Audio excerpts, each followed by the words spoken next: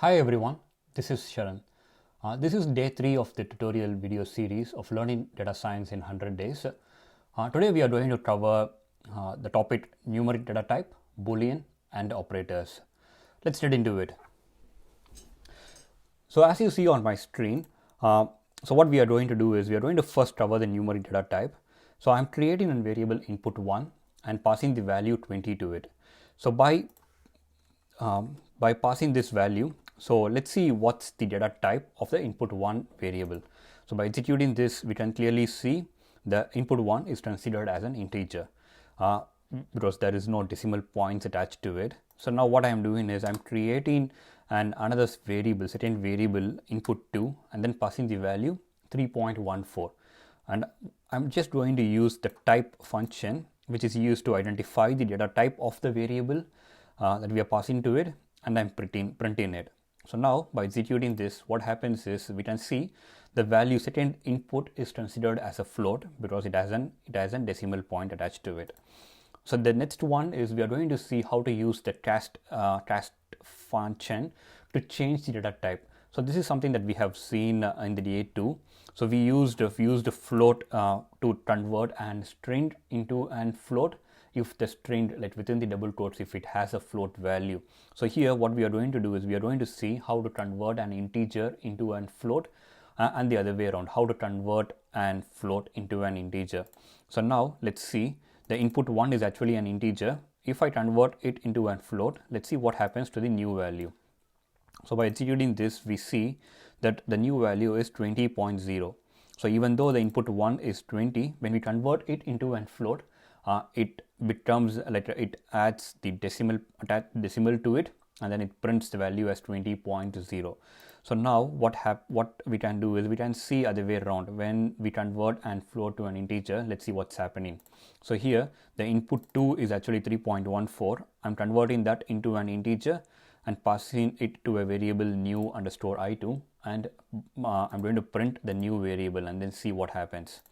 So here you can clearly see that the value 3.14, when we convert it into an integer, it becomes 3. So let's see if we pass on an higher value, let's say above the 0.5 threshold, which means that in this case above 3.5, we want to check if the int function, if it is rounding off the value or it just picks up the values before the decimal point. So now here what I'm doing is I'm just passing on a value. This time I'm passing 3.94 and converting that into an integer and then printing it. So now let's see what happens. So if you see here, like as we test, so it's not rounding off, it's picking up the values that is before the decimal point, and it's printing the value. So that's about the numeric operator.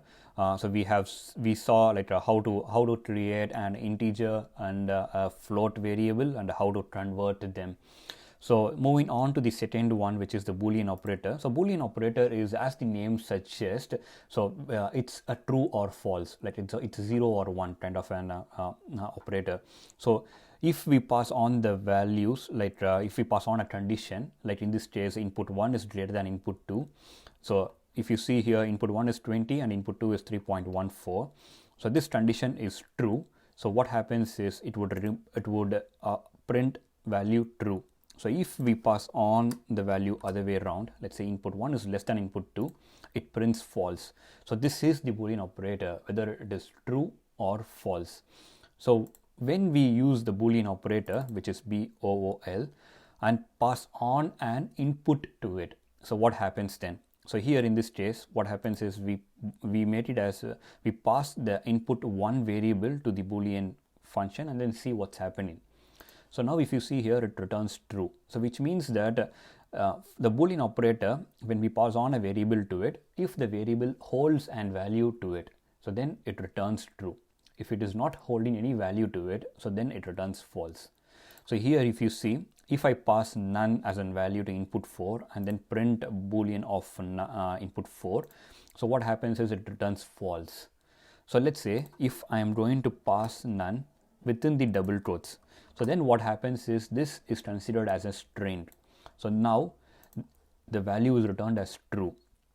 So the difference is when we pass on within the double quotes, it's considered as a string, but without any quotes, this is considered as a system defined value. So none means that no value attached to it. So that's why when we use Boolean on a variable which is none, so it prints the value as false because it doesn't hold any value to it. So now let's see how the Boolean operator works for an array. So here the input 1 is a simple array, like the array is defined within the square brackets and we pass values to it. So this is an integer array. So this array can hold any value, it can hold strings or float values, integer values. So in this case it's simply an integer array. We are passing value to the input 5 and we are going to print the Boolean operation on this particular variable. So if you see here, the value is printed as true because this array is not null. So now let's see if we are going to,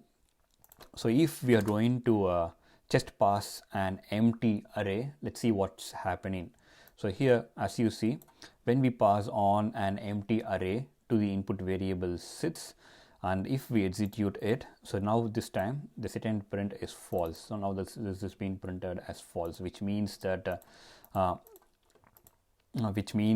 there is no values to this variable. It's just an empty array, and hence the value is returned as false.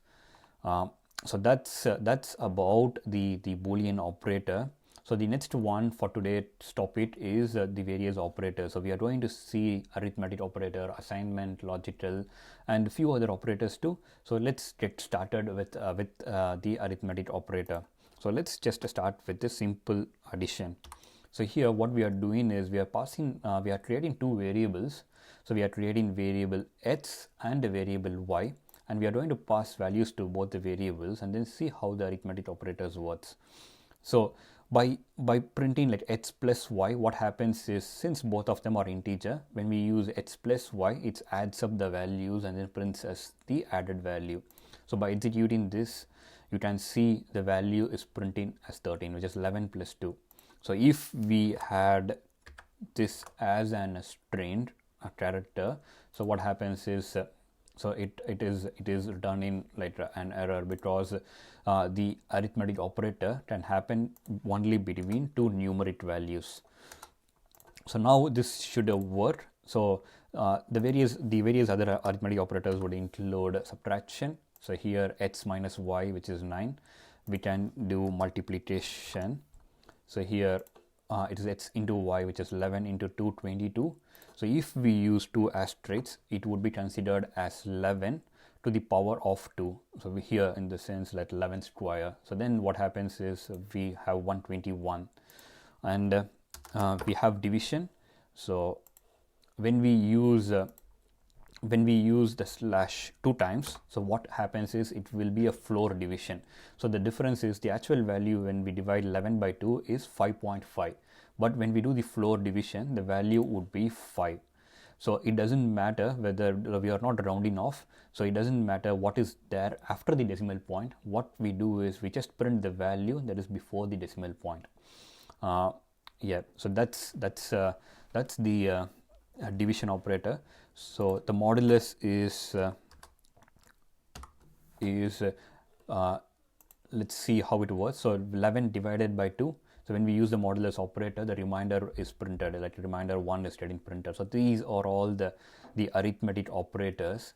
So now next moving to the assignment operator. So what happens here is, so we will start with the addition. So when we pass, so here we initialize x with a value. So here in this case we initialize x with the value 10. So when we do x plus equal to 3, so this will be treated as x is equal to x plus 3. So now when we print x, the value will be printed as 13. So when we give minus, then what happens is it is x is equal to x minus 3. So similarly all the other operations. So now it will be 30. So when we give 2 asterisks, so it will be 10 to the power of 3, which will be 1000. So these assignment operators can be very useful when we need to do some kind of an operation within the loops. So when we want to initialize the value of a variable and then we want to do some changes to it, so then this kind of assignment operator is very useful. So then next one is the comparison operator. So the comparison operator is so we have two variables here, and then we use we use equal to twice to see if x is actually equal to y. So by executing this, the value is returned as false because x is actually not equal to y. So that's why it's returned as false.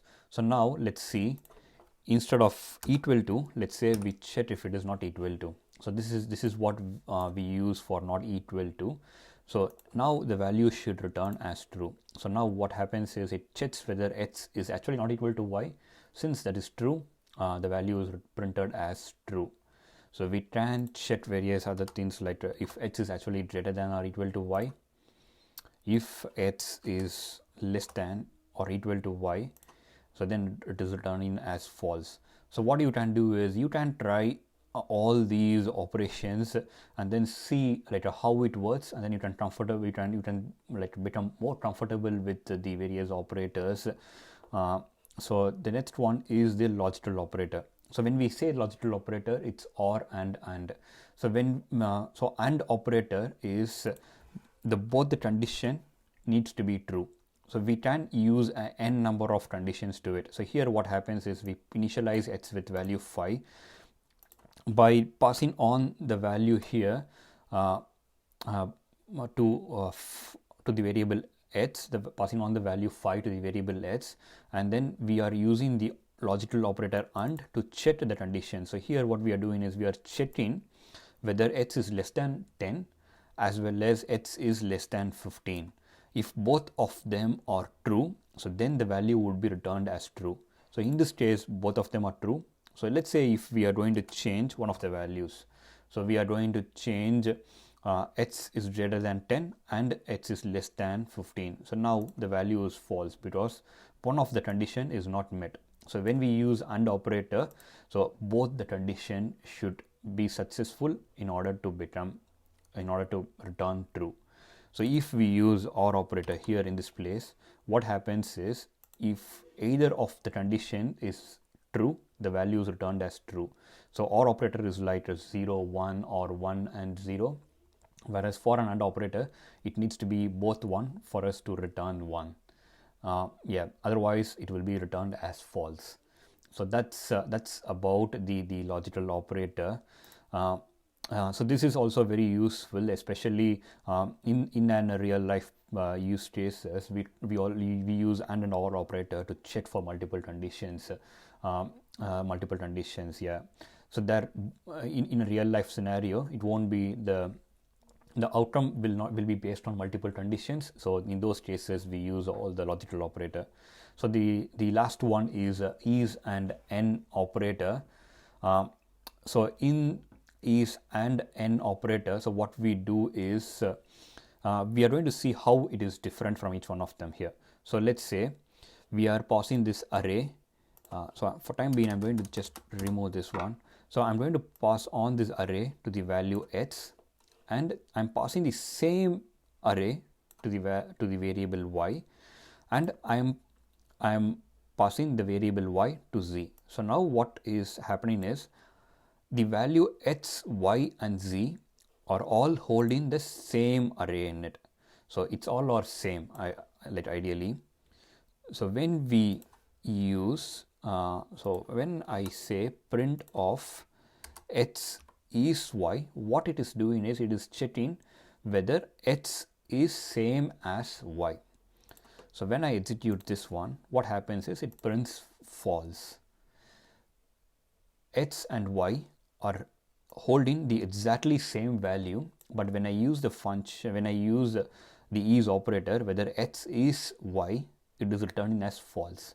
Now let's see what happens when I use z here. So now when I use z, so as you see here, the value is returned as true. So now can you guess what is the difference between x and z? So the only difference here is, so for x we are passing an array to it, and for y we are again passing an array to it. So in this case the values of these array happens to be same, but still the value of y and value of x are interdependent. If I am going to change the value of the array y, it is in no way going to impact the value of x. Whereas here, when I assign the value of y to z, what happens here is z is actually not a variable on its own. It is pointing to y. So when I change the array here, it automatically changes the value of z. So what it means is, it means that z is pointing to y. So when we use the is operator, we check whether z is pointing to y. So that's why when we use z, it is returning as true, whereas when we use x here, it is returning false, because even though the values are same, it is actually two different variables, and changing one of them doesn't impact the other one. So now moving on to the in operator. So using the in operator, what we do is we check whether the value here is present in the variable or not. So now what I'm doing is I'm going to check whether the value addition is present in the array x or not. So by executing this, what happens is it returns true. So it's the set and print function. So it returns the value true because the value addition is present here in this array. Here it is present in this array. So that's the reason. So let's say I'm going to make a change to it. I'm going to make it as addition 1, 2, 3. So now if I execute it, it is returned as false because this value is not present in this array. So that's the difference between is operator. So is operator, what it does is it checks whether both the variables are same, which means that changing one variable, like the value, the original value is stored in y and the value of y is assigned to z.